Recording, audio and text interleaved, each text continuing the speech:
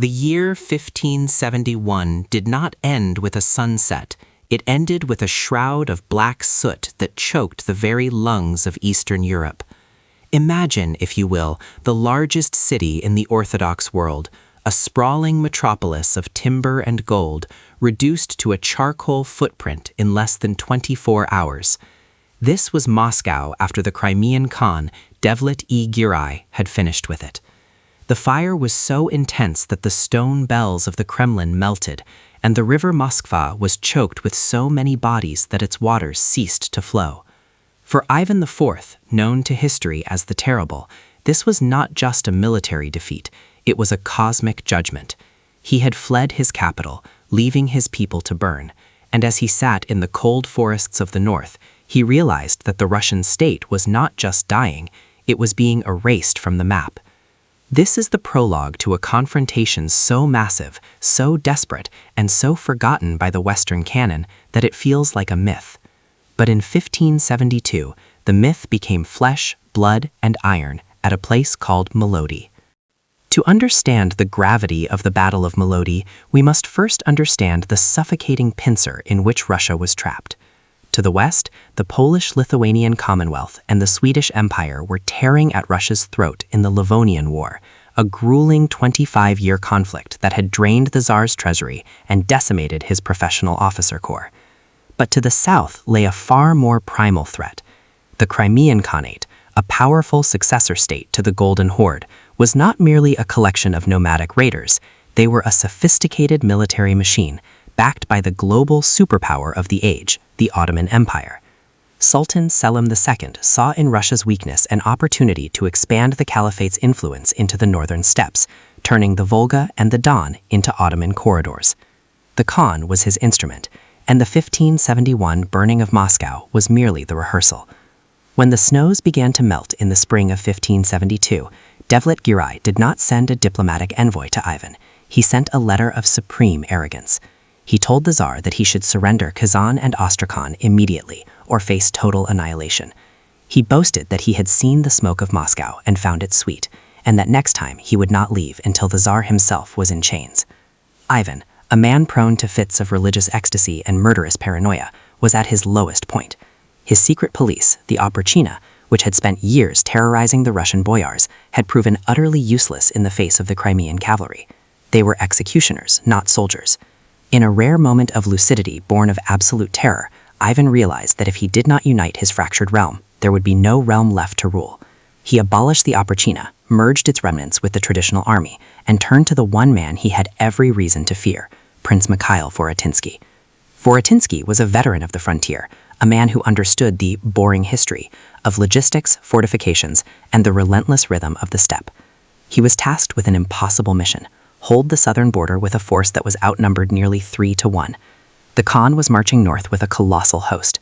Estimates vary, but the consensus among historians suggests around 60,000 Crimean horsemen, supplemented by 7,000 elite Ottoman janissaries, the finest infantry in the world, and a formidable train of Turkish artillery. This was not a raid, it was an army of conquest designed to dismantle the Russian state and re-establish the supremacy of the Khanate.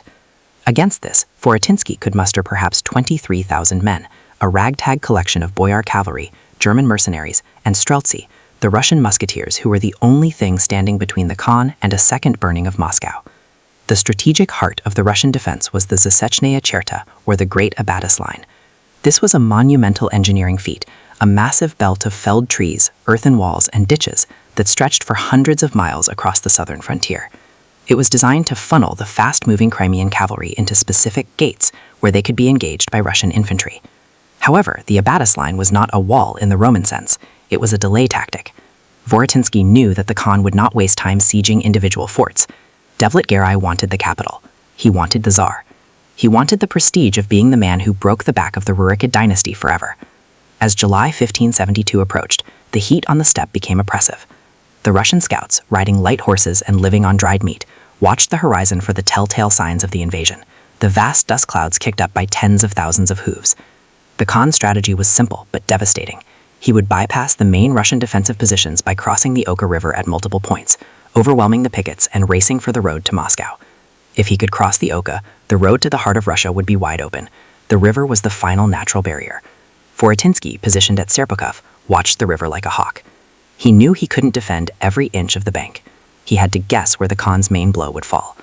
On July 26th, the silence of the riverbanks was shattered. The Crimean vanguard, led by the fierce Teraberde Morza, slammed into the Russian positions at the Sankin fort. The fighting was savage, hand-to-hand in the shallows of the river, with the water turning a muddy crimson. But this was a feint.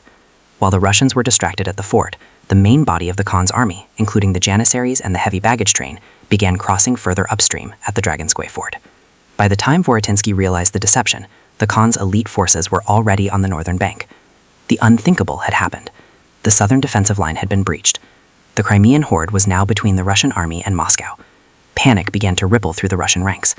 The specter of 1571 loomed large. The memory of the fire, the screams, and the utter helplessness of the previous year threatened to break the morale of the soldiers. If the army dissolved now, Russia was finished. The Khan, sensing victory, ordered his troops to ignore the Russian main body and press forward. He intended to outrun them, reach Moscow, and burn what little was left of the city before the defenders could arrive. But Voritinsky was a man of cold, calculated iron. He did not retreat in a panic. Instead, he ordered a maneuver that was as brilliant as it was dangerous. He detached a fast-moving rearguard under the command of Prince Dmitry Forostinin, a young and aggressive commander, with orders to harass the Khan's tail. Meanwhile, the main Russian force began to move not away from the Khan, but toward him, dragging with them a secret weapon that would change the nature of the engagement. This weapon was the Gulyay-gorod, the Wandering City. It was a mobile fortress made of heavy wooden shields mounted on wagons, capable of being deployed into a defensive circle in a matter of minutes. As the sun began to set on the first days of the campaign, the stage was set for a confrontation that would decide the fate of northern Eurasia. The Khan was confident, the Sultan was expectant, and the Tsar was in hiding. Only Voritinsky and his wandering city stood in the way of a new world order. The dust cloud on the horizon was growing larger, and the rhythmic, heavy, and terrifying thud of the war drums echoed across the plains of Molodi, signaling that the end of Russia, or its miraculous rebirth, was only hours away. The fate of Russia rested on a thin line of wood, dirt, and desperate men. The rhythmic, heavy, and terrifying thud of the war drums echoed across the plains of Molodi, signaling that the end of Russia, or its miraculous rebirth, was only hours away. The fate of Russia rested on a thin line of wood, dirt, and desperate men. As the echoes of those drums began to fade into the humid air of late July, a heavy silence descended over the Russian lines, broken only by the creaking of timber and the distant, low rumble of 100,000 hooves. Prince Mikhail Voritinsky, a man whose face was a map of past campaigns and the scars of a tenuous loyalty to a paranoid Tsar, stood atop a low ridge. He watched as the horizon changed color, the golden grass of the steppe being swallowed by a shifting carpet of dark iron and horsehair. This was the moment of the great turn. The Crimean Khan, Devlet-Igorot, had been marching toward Moscow with the confidence of a predator who had already tasted blood. Only a year prior he had watched the Russian capital burn until the sky turned black, and he fully intended to finish what he had started. However, the aggressive harassment by Prince Kvorostinin rearguard had become more than a nuisance. It had become an insult. Kvorostinin had not merely nipped at the Khan's heels, he had bitten deep, shattering the pride of the Tatar scouts and threatening the vast baggage trains that trailed behind the main invasion force. The Khan, convinced that he was facing the main Russian army and eager to crush them in a single decisive stroke, ordered his massive column to pivot. The maneuver was like the turning of a great leviathan. Tens of thousands of Crimean Tatars, Nogais, and elite Ottoman Janissaries swung around, abandoning their direct path to Moscow to deal with the stubborn force at their rear. This was the trap Voritinsky had meticulously set. He knew he could not defeat the Khan in a running battle on the open steppe, where the superior mobility of the Tatar cavalry would eventually surround and wither his forces. He needed a stationary point, a rock upon which the waves of the Great Horde would break. That rock was the Gulyay-gorod. As the Khan's vanguard came into view, the Russian soldiers worked with a feverish, silent intensity. The Gulyay-gorod, or Wandering City, was now being fully deployed into its combat configuration. These were not merely wagons, they were prefabricated fortresses. Heavy oak shields, reinforced with iron plates and thick enough to stop a musket ball or a heavy arrow, were unhooked from their carriages and braced into the earth. The peasants and soldiers who manned them moved with a practiced synchronization, creating a circular perimeter that spans several kilometers. Between the shields, small gaps were left for the placement of falconets, light-field cannons, and the long-barreled arquebuses of the Streltsy. Inside this wooden ring, the Russian army found its sanctuary. It was a surreal sight, a city of wood appearing in the middle of a wasteland, its walls bristling with steel and the smoke of slow-burning matches. By July 29th, the first skirmishes began to escalate into a full-scale confrontation. The Khan sent forward his light cavalry, the traditional shock troops of the steppe, to test the Russian resolve. They rode in great swirling arcs, a tactic designed to draw out the enemy and bait them into a disorganized pursuit. But the Russians did not move. From behind the wooden walls of the Gulyay-gorod, the Streltsy watched and waited. They were men of iron discipline, trained to hold their fire until the enemy was so close they could see the patterns on their silk kaftans. When the first wave of Tatars crested the rise and descended toward the Russian position, Fortinsky gave the signal. A deafening roar shattered the stillness of the afternoon. The Gulyay-gorod erupted in flame and smoke. The falconets, loaded with grapeshot, tore through the front ranks of the charging cavalry, while the musketeers poured a rhythmic, devastating fire into the mass of men and horses. The effect was immediate and catastrophic for the attackers. The Crimean Tatars, used to the fluidity of steppe warfare, found themselves slamming into a literal wall of lead and timber. They could not reach the Russians with their sabers, and their arrows, while numerous enough to blot out the sun, hissed harmlessly against the thick oak shields or thudded into the earth. Devlet Igorai, watching from a distance on a decorated pavilion, was gripped by a mixture of confusion and mounting rage. He had expected a panicked retreat, not a fortified encampment. He ordered more men forward, thinking that the sheer weight of numbers would eventually overwhelm the wooden city. But the terrain favored the defenders. Fortinsky had positioned the Gulyay-gorod on the heights near the Rozaika River, forcing the Khan's forces to charge uphill through narrow corridors of broken ground.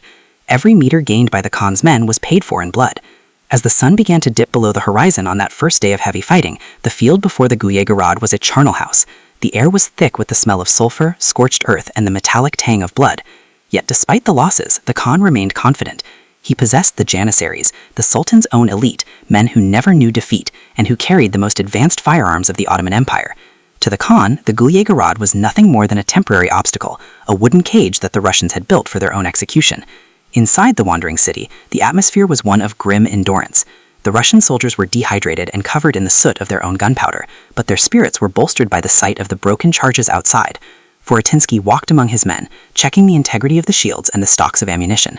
He knew that the first day was merely a prelude. The Khan had not yet committed his full strength, and the Janissaries had stayed in reserve, watching the slaughter of the light cavalry with professional detachment. The real test was yet to come. As night fell, the sounds of battle were replaced by the eerie cries of the wounded and the chanting of prayers in 2 different languages. The Russian camp was illuminated by small flickering fires, while the Khan's camp was a sea of torches that stretched for miles, a visual reminder of the overwhelming odds. The strategic brilliance of the Gulyay-gorod lie not just in its defensive capabilities, but in its psychological impact. It forced a nomadic, mobile army to fight a siege in the middle of a field. It robbed the Khan of his greatest weapon, movement. However, the Russians were also trapped. Their supplies were limited, and they were cut off from any hope of reinforcement. Tsar Ivan IV was far to the north, safe within the walls of Novgorod, leaving Vorotinsky and his men to act as the sole barrier between the Khan and the heart of the Russian state. If the Gulyay-gorod fell, there was nothing left to stop the total subjugation of the land. The wandering city was both a shield and a coffin, and every man inside knew that their survival depended on the strength of the wood and the steadiness of their aim. As the first light of July 30 touched the tops of the birch trees, the Khan's drums began again, but this time the rhythm was different. It was slower, more methodical. The Janissaries were moving. These were the elite of the Ottoman world, disciplined infantry who marched in perfect unison, their blue robes and tall white caps stark against the dusty earth. They were not here to skirmish. They were here to break the wall. The fate of northern Eurasia was about to be decided in a clash between the ancient spirit of the steppe and the rising power of gunpowder and timber. The wandering city stood silent, its muzzles pointed toward the approaching storm, as the second day of the Battle of Molodi began. The rhythm of the drums was a machine, a mechanical heartbeat that seemed to pulse from the very earth itself. Unlike the Crimean Tatars, who relied on the fluid, swirling chaos of the horse archer, the Janissaries were the embodiment of the Sultan's architectural approach to warfare. Every step was a calculation. Their arquebuses, heavy and front-loaded, were held at a precise angle across their chests. Behind them, the Crimean Khan, Devlet I, watched from a distance, his eyes fixed on the wooden silhouette of the Gulyay-gorod. He had sent his best, the very men who had served in the Ottoman campaigns in the Balkans and against the Persians. These were not mere raiders, they were professionals of the siege, the finest infantry in the known world. As they closed the distance, the silence from the Russian lines was unnatural. There were no shouts, no defiant war cries. there was only the sound of the wind through the tall grass and the rhythmic thud of 7,000 pairs of boots. Inside the Gulyay-gorod, the atmosphere was thick with the smell of unwashed wool, damp earth, and the sharp, acidic tang of black powder. The streltsy, the Russian musketeers, stood behind the heavy oak shields, their own arquebuses resting in the notches carved into the wood. Prince Mikhail moved among them, his presence a calming anchor in the rising tide of adrenaline. He knew that the Janissaries were looking for the seams in the fortress, the places where the wagons were lashed together with iron chains. If they could hook a wagon and pull it clear, the circle would be broken, and the slaughter would begin. Russian strategy was one of economy. They could not afford to waste a single charge of powder. Every shot had to find a mark in the blue-coated mass. When the order finally came, it wasn't a roar, but a sharp, rhythmic sequence of whistles. The wooden panels slid open just enough to reveal the muzzles, and the first Russian volley tore into the front ranks of the Janissaries. The impact was horrific. At such close range, the heavy lead balls did not just kill, they shattered. The Janissaries did not break. They were trained to endure the impossible. They stepped over the fallen and returned fire, a wall of white smoke rising to meet the Russian defense. For the next 3 hours, the Battle of Molodi transformed from a clash of armies into a grinding industrial process of death. The wandering city lived up to its name, absorbing thousands of Ottoman bullets into its thick timber skin. Lead slugs buried themselves deep in the oak, some passing through to wound the men inside, but the structural integrity of the fortress held. The Khan, frustrated by the lack of progress, ordered his own artillery to be brought forward, but the terrain favored the Russians. The Gulyay-gorod was positioned on a slight rise, and the Russian guns, smaller but more numerous, were able to depress their muzzles and sweep the approaching infantry with canister shot. The Janissaries were being shredded, their elite status providing no protection against the cold physics of the Russian defense. Yet for every Janissary that fell, another took his place. They reached the wooden walls, some even attempting to climb the vertical boards with daggers and bare hands, only to be pushed back by Russian pikes or shot point blank through the firing slits. The air became thick with smoke. The sun was a pale, sickly disk. By midday, the heat became the primary enemy. Encased in their wooden oven, the Russian defenders were suffering. Water supplies were dangerously low. The Gulyay-gorod was a closed system, and while it provided safety, it also trapped the heat of the summer sun and the heat generated by the constant discharge of firearms. Men fainted from the fumes and the dehydration, their comrades dragging them to the center of the circle to recover in the shade of the wagons. Vorotinsky watched his men, noting the trembling of their hands as they reloaded. This was the tipping point. If the Khan realized how close the Russians were to physical collapse, one final push might end it. But the Khan had his own problems. From his command post, he saw only a wall of wood that refused to die. To him, the Gulyay-gorod was an affront to the natural order of the steppe. It was a piece of Moscow, solid, stubborn, and immovable, transported into the wild field. He began to doubt the wisdom of the Ottoman advisors who had urged him to engage in a protracted siege against a fortified position. As the afternoon sun began its slow descent, the Khan made a radical decision. He realized that the Janissaries alone could not break the Russian spirit. He ordered the Crimean nobility, the Mirzas and the elite cavalry to do the unthinkable. He ordered them to dismount. For a Tatar aristocrat whose identity was inseparable from his horse, this was a moment of profound humiliation. To fight on foot was to fight like a peasant, like a Russian. But the Khan's rage was absolute.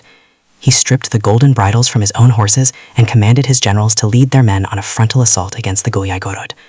This was to be a human wave, a literal mountain of flesh intended to overwhelm the Russian fortifications by sheer mass. Thousands of Crimean warriors, used to the speed and mobility of the horse, now stumbled through the churned-up mud and the bodies of the Janissaries. Their composite bows were replaced by sabers and axes. Inside, Vorotinsky saw the change. He knew that this was the Khan's final dice. He turned to Vorotinsky and proposed a plan of terrifying risk, a sally, to leave the safety of the wood and meet the Tatars in the open. Vorotinsky hesitated. The Gulyay-gorod was their only shield. To step outside was to gamble the fate of the Charzan on a single moment of aggression. But he also knew that his men were starving and dehydrated. They could not survive another day of siege. The decision was made. As the massive wave of dismounted Tatars reached within 50 paces of the wagons, the Russians' secret gates, small hinged sections of the lower boards, swung open. Vorotinsky led a hand-picked force of heavy cavalry and elite streltsy out into the chaos. The shock was total. The Tatars, struggling on foot and exhausted by the climb, were suddenly faced with a counterattack they hadn't anticipated. The sun set on a scene of absolute carnage. The fields around Molodi stained a deep, bruised crimson. The second day of the great battle ended not with a victory, but with a terrifying realization. The Gulyay-gorod had held, but its heart was beating its last. The night of July 30 brought no relief, only a cold, grasping dread that settled over both camps. In the Russian enclosure, the silence was no longer the silence of discipline, but the silence of exhaustion. Men licked the dew from the wooden planks of the wagons to soothe their parched throats. They had reached the end of their bread, and the horses that had survived the initial skirmishes were being slaughtered, not for glory, but for survival. Vorotinsky sat alone in the center of the camp, a map of the Oka River spread before him.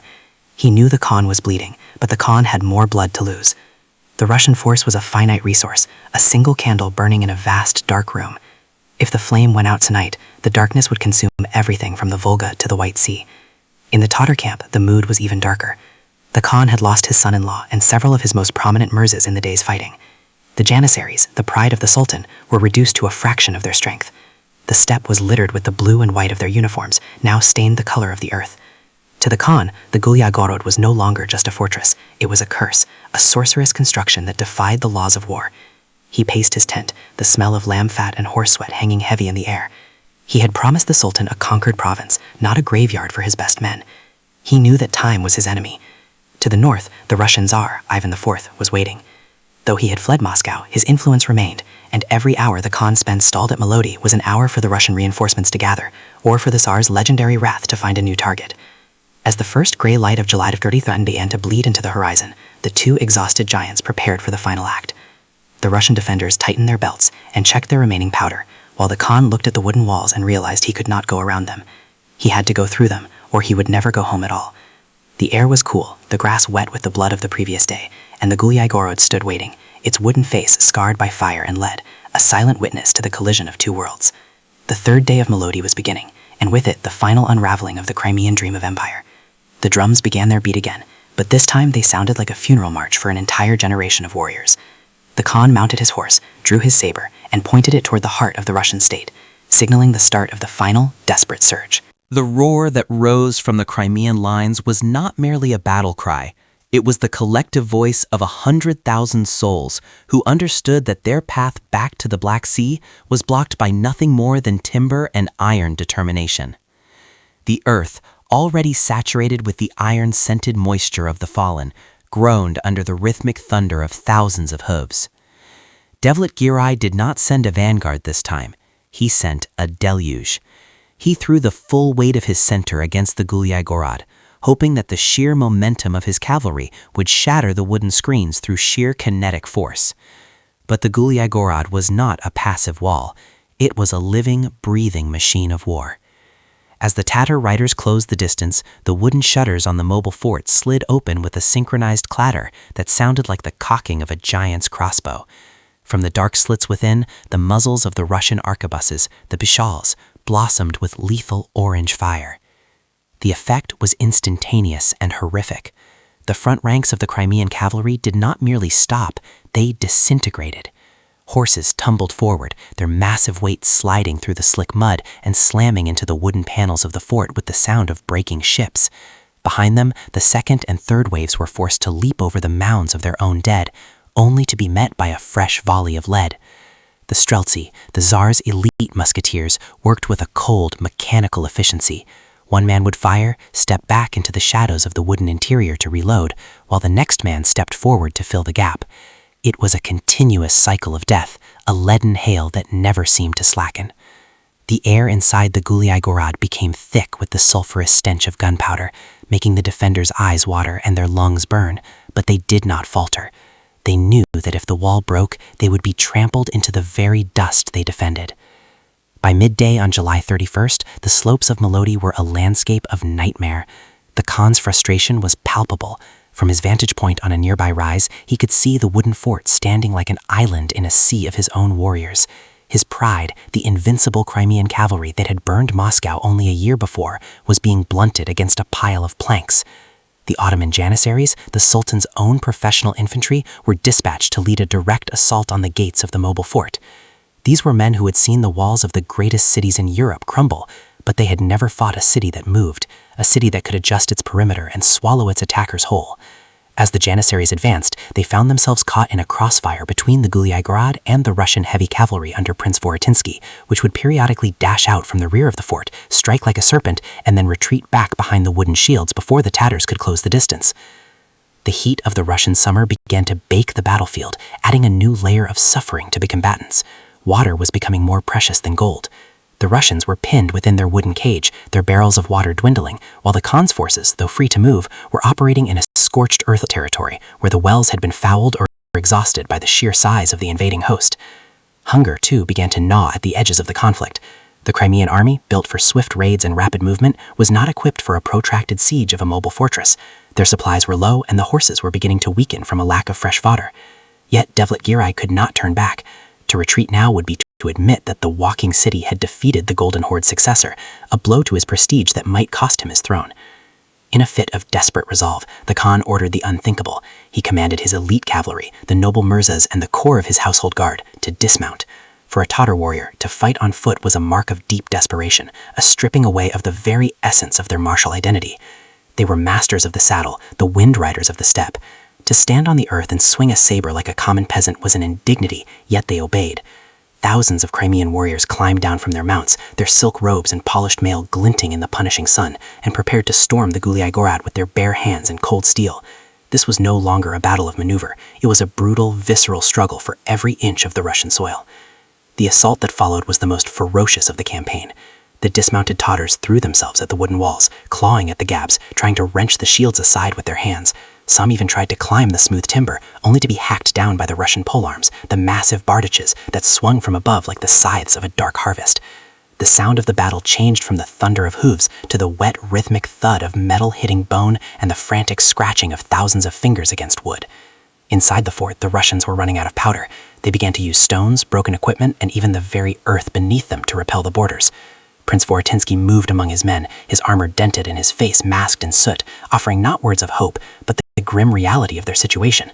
There was no retreat. Behind them lay Moscow and the total annihilation of their families. As the sun began to dip on the evening of August 1st, the fighting finally ebbed into a tense, agonizing stalemate. The ground surrounding the Gulyay-gorod was literally hidden beneath the bodies of the fallen. The Khan withdrew his men a few hundred yards, enough to catch their breath, but not enough to allow the Russians any peace. The night was not silent. It was filled with the moans of the dying and the frantic work of the Russian carpenters, who labored in the dark to repair the shattered sections of the fort with whatever timber could be scavenged. They used the broken shafts of tattered spears and the remnants of destroyed wagons to plug the gaps. The air was heavy with the smell of death and the metallic tang of blood. On the morning of August 2nd, the Khan looked at the horizon and saw the end of his dream. He knew his army was at its breaking point. If the Gulyay-gorod did not fall today, his men would likely desert or be slaughtered in a disorganized retreat. He gathered his remaining commanders and issued a final, absolute command, a total search. Every man, every horse, every servant of the camp was to be thrown at the Russian lines. There would be no reserve, there would be no second chances. It was a gamble of such magnitude that it seemed to vibrate through the very air. Across the field, Prince Mikhail Voritinsky stood atop a supply wagon, peering through the morning mist at the massive, churning shadows of the Crimean host. He could feel the desperation of his enemy, but he also knew his own men were reaching the limit of human endurance. Their tongues were swollen with thirst, their arms heavy as lead. He turned to his sub-commanders and whispered an order that seemed suicidal. They were to prepare to move the Gulyay-gorod, not to retreat, but to open it. He was going to lure the Khan into one final, catastrophic mistake. The third day of the main battle was about to reach its crescendo, and the fate of the Russian soul hung on a plan so daring it bordered on madness. The drums of the Khan began to beat, a slow, deep thrum that shook the very foundation of the earth, signaling the beginning of the end. The sound was not merely a noise, it was a physical weight, pressing against the chests of the exhausted Russian defenders. As the Crimean drums reached a fever pitch, the horizon seemed to bleed a thick, roiling cloud of dust, churned up by the feet of thousands of soldiers who had finally been ordered to finish the job. Khan Devlet-Giray had reached the limit of his patience. He had watched his cavalry wither against the wooden walls of the Gulyay-gorod for days, and now he committed his ultimate reserve. He ordered his elite janissaries, provided by the Ottoman Sultan, and the cream of the Crimean nobility to dismount. They would not charge on horseback this time. They would crawl, climb, and claw their way over the Russian barricades with their bare hands and cold steel. Inside the mobile fortress, the air was thick with the smell of unwashed bodies, acrid black powder smoke, and the metallic tang of blood. Prince Mikhail Vorotensky moved among his men, his armor dented and coated in a fine layer of gray ash. He saw the hollow eyes of the Streltsy, the professional musketeers who had been firing until their shoulders were bruised black and blue.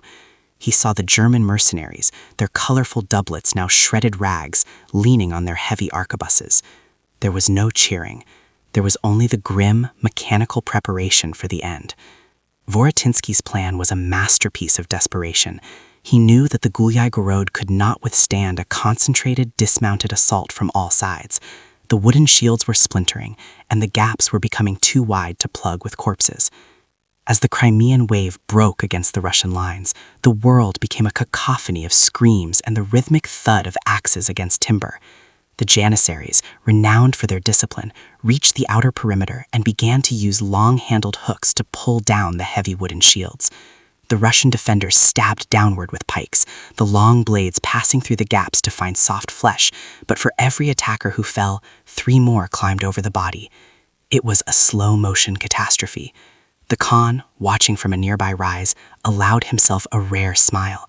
He could see the Russian banners flickering, the lines sagging under the sheer mass of his infantry. He believed he was witnessing the death of the Russian state. But Vorotensky was no longer atop the supply wagon.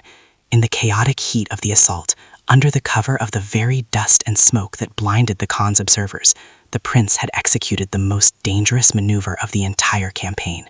He had not stayed to die behind the walls.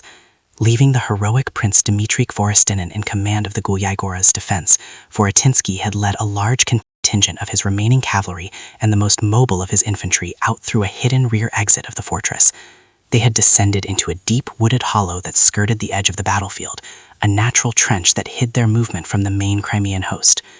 While Kvorostinin's men fought like demons to hold the crumbling wooden walls, Vorotensky's column moved in eerie silence. They were thirsty, their horses were lathered in white foam, and every man knew that if they were spotted before they reached their position, they would be slaughtered in the open. They circled wide, far to the east, moving behind the massive rear guard of the Crimean army. Above them, the sun beat down with a pitiless intensity, the August heat shimmering over the tall grass of the Molodi fields. Back at the Gulyay-gorod, the situation had reached a breaking point. The Crimeans had managed to breach the southern sector, and hand-to-hand combat was erupting around the heavy cannons. Kvorostinin, blood streaming from a shallow wound on his forehead, stood his ground. He knew his role was to be the anvil. He had to keep the Khan's entire army focused on the wandering city, to make them believe that victory was just one more push away. "Hold," he roared, his voice cracking. "Hold for the Tsar. Hold for the soil." The Russian soldiers, fueled by a terrifying, quiet ferocity, threw themselves into the breach. They used broken musket stocks, rocks, and even their teeth to keep the Janissaries from overrunning the interior. Then the signal came. It wasn't a trumpet blast or a shout, but a sudden rhythmic thunder coming from the rear of the Crimean lines. Vorotensky had emerged from the hollow. The Crimean soldiers, fully committed to the assault on the fortress, had their backs turned. They never saw the wall of Russian steel until it was upon them. Vorotensky's cavalry hit the Crimean rear with the force of a mountain landslide. At that exact moment, Kvorostinin enacted the second half of the gamble. He ordered the heavy gates of the Gulyay-gorod to be thrown wide open. To the Crimeans, it must have looked like a white flag, but out of those gates poured the remaining Russian heavy infantry and the German Landsknechts, screaming a war cry that drowned out the Crimean drums. The pincer closed with a violence that defied description. The Crimean army, caught between the unyielding walls of the mobile fortress and the sudden furious charge of Vorotensky's hidden column, buckled. The transition from near victory to total slaughter happened in the space of a dozen heartbeats. The Janissaries, the elite of the Ottoman world, were trapped in a killing jar. They could not move forward into the pikes of Kvorostinin, and they could not retreat into the sabers of Vorotensky. Khan Devlet the Girai watched in paralyzed horror as his army, the greatest force ever assembled by the Crimean Khanate, began to dissolve. The psychological shock was too much to bear. The rumor spread through the ranks like wildfire. The Tsar himself had arrived with a fresh army of 100,000 men. It was a lie, but in the chaos of smoke and blood, it was a lie that carried the weight of truth. The Crimean line broke. Thousands of men turned and fled toward the Lopania River, discarding their armor and weapons in a desperate bid for speed. The retreat was not a withdrawal. It was a massacre. The Russian cavalry, fueled by years of resentment and the adrenaline of survival, hunted the fleeing Crimeans through the tall grass and the marshes. The Lopania, usually a quiet ribbon of blue, turned a dark, turbid crimson as thousands of panicked soldiers tried to swim across under a rain of Russian arrows. The Khan's own son and grandson were reportedly lost in the carnage, though the Khan himself managed to escape, riding hard for the safety of the southern steppes, with only a fraction of his pride intact. By the time the sun began to tip below the horizon on August 2, 1572, the fields of Molodi were silent, save for the lowing of abandoned baggage oxen and the groans of the dying. The boring history of this conflict often skips the statistics, but they are staggering. Out of an invading force of over 100,000, barely 20,000 made it back to the Crimea. The Russian losses were equally horrific, with nearly half of the defending force dead or incapacitated, but they had done the impossible. They had held the gate. The Battle of Molodi ended the era of the Great Horde's existential threat to the Russian heartland. Had Voritinsky failed, Moscow would have been erased, and the course of Eastern European history would have been rerouted into a darker century. Yet, when the news reached even the terrible, there were no grand parades. The Tsar, ever paranoid, would later reward Voritinsky not with land or titles, but with suspicion, fearing the general's popularity more than he valued his service. But for the men who stood at Molodi, the politics of the Kremlin were a world away. As the fires died down and the survivors shared what little water they had left, they looked at the splintered wood of the Gulyay-gorod. The wandering city was a ruin, a collection of broken planks and scorched earth, but it had served its purpose. It was the shield that had saved a nation. And as the dust finally settled on the blood-soaked plains, the quiet magnitude of their victory began to sink in. A victory won not by luck, but by the sheer, grinding endurance of the human spirit against the impossible. History might call it a